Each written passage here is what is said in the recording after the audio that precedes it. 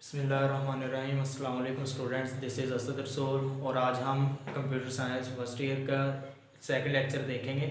और second lecture में आज हम डिस्कस करेंगे modern scenario of information technology. तो modern scenario of information technology ने एक तो बहुत वसी कर दिया है कंप्यूटिंग को।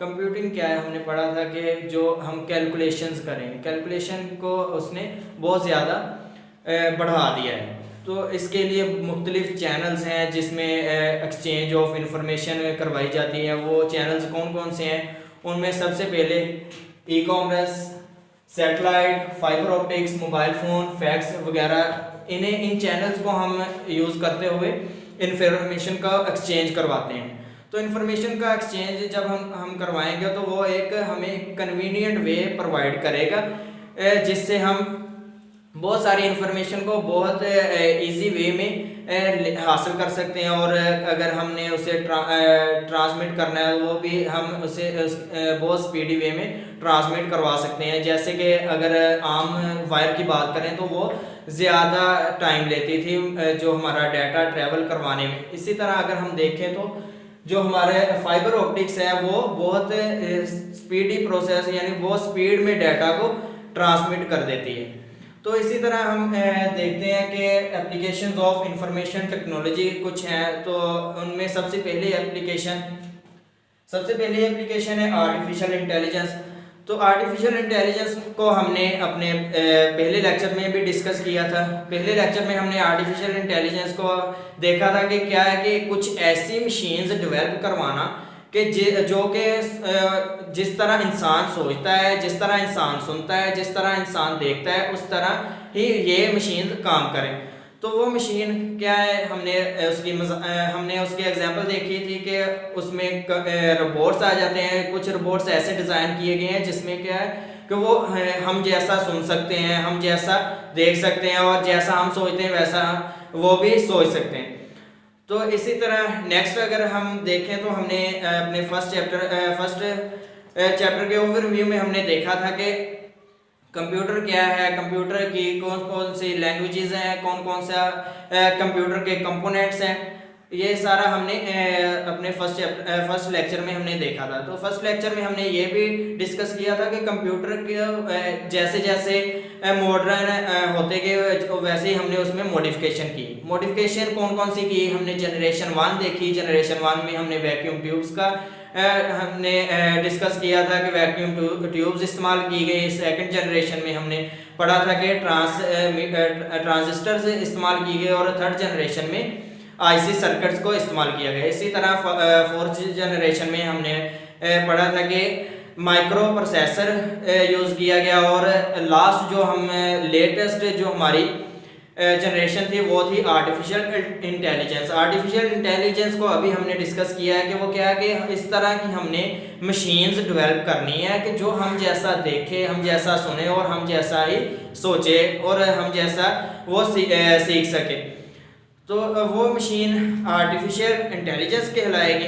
उनकी मिसाल रोबोट्स। और सेकंड अगर हम देखें तो वेब बेस्ड एप्लीकेशन ऐसे एप्लीकेशन, ऐसे सॉफ्टवेयर प्रोग्राम्स हैं, ऐसे सॉफ्टवेयर एप्लीकेशंस हैं जो कि सिर्फ हम इंटरनेट के कनेक्शन यानी कि अगर हमारा इंटरनेट के साथ लिंक है तो हम इन्हें इस्तेमाल कर सकते हैं। इसका हम कॉमन एग्जांपल देखें तो वेब बेस्ड एप्लीकेशन की एग्जांपल कि हम कोई इंटरनेट पर हम कोई ना कोई वेबसाइट ओपन करते हैं और उस पर अपना वर्क करते हैं तो वो वेब बेस्ड एप्लीकेशन हो गई।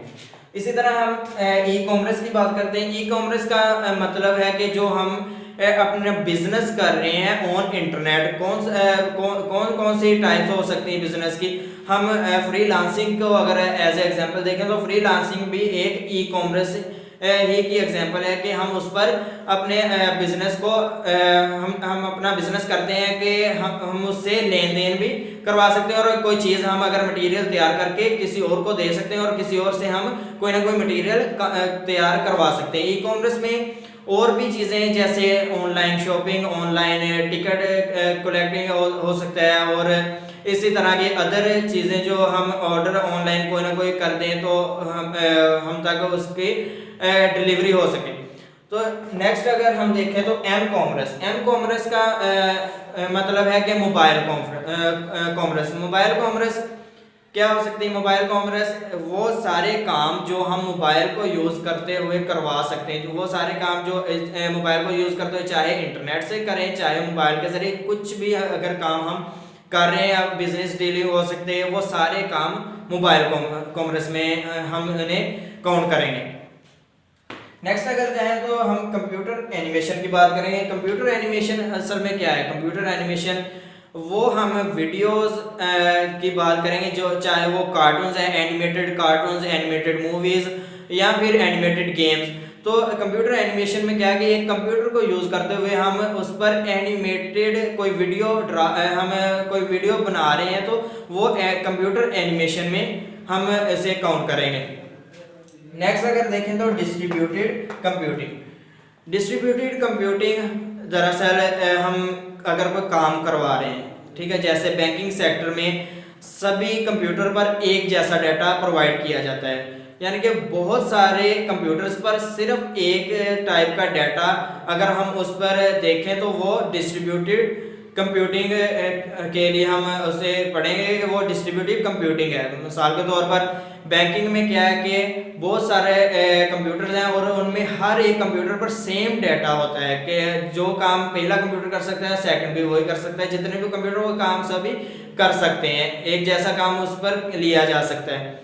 नेक्स्ट मल्टीमीडिया में हम ऑडियो वीडियो, ठीक है, और अगर हम देखें तो उसमें हम मटेरियल चाहे उसमें फ़ोटोज़ हैं, ठीक, उन्हें हम इस्तेमाल करते हैं और इन्हें इस्तेमाल किया जाता है फॉर प्रेजेंटेशन, ठीक है, और कॉलेजेस में अगर देखें तो प्रेजेंटेशन के लिए हम मल्टीमीडिया का यूज़ करते हैं, और मल्टीमीडिया में हम अपने ऑडियो वीडियो या फिर हम अपनी एनिमेशंस और दूसरा फ़ोटो वगैरह भी हम इसमें प्रेजेंट कर सकते हैं।